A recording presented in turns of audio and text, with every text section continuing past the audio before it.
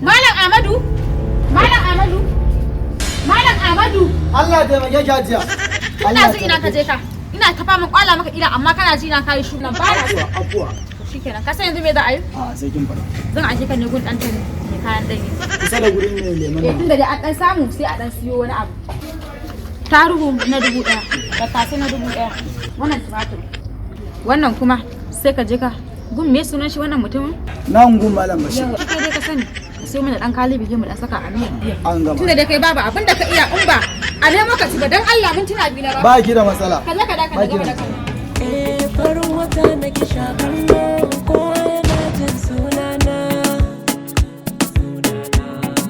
Kai yanzu dan Allah duk yanda na maka wani akan cewa ka je ka jima sai da ka je ka jima tun ɗazu na gama da kanan na rasa wani aiki zan kama na yi tun ɗazu ya ta a ce na gama.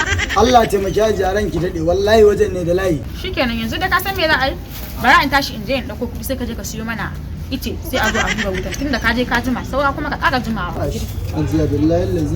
Me kake nufi na ce la ilaha. La ilaha me wannan din kuma me ya test din? Bayana na yi mini ciwo. Bayana na yi mini ciwo. Bayana na yi mini ciwo. Bayana da wani dan abin mini yawo sosa.